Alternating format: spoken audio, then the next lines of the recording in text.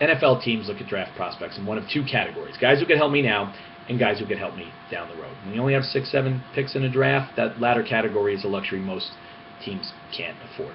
Still, when a team does spend a mid or a late round pick on a project, chances are it's on a quarterback, somebody that they have deemed not ready necessarily to step in and be the guy right away, but somebody who they feel they can develop and groom into a starter down the road.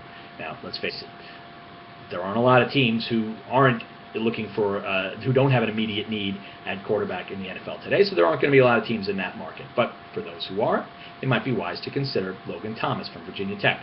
After his monster season in 2011, a lot of people were looking at him as the next coming of Cam Newton. And you can see where they were going with that, although it was a stretch. Terrific athlete, big arm, great runner once he gets into the second level.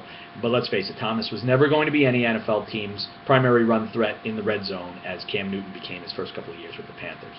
Now, after the last couple of seasons, which let's just be generous and call them mediocre, there are still a lot of people who look at Thomas as perhaps the next Ben Roethlisberger, and that may be a little bit more of an appropriate comparison. Big arm, mobility, scramble ability, toughness, size. I mean, guy's 6'6", 257. He's basically a taller Antonio Gates.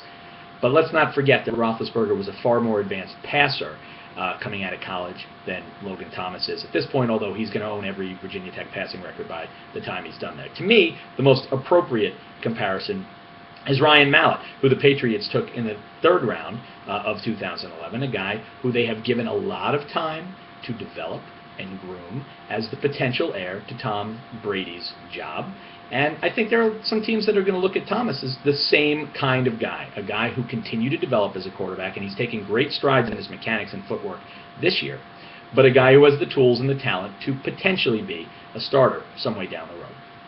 For Football.com, I'm David Seeger.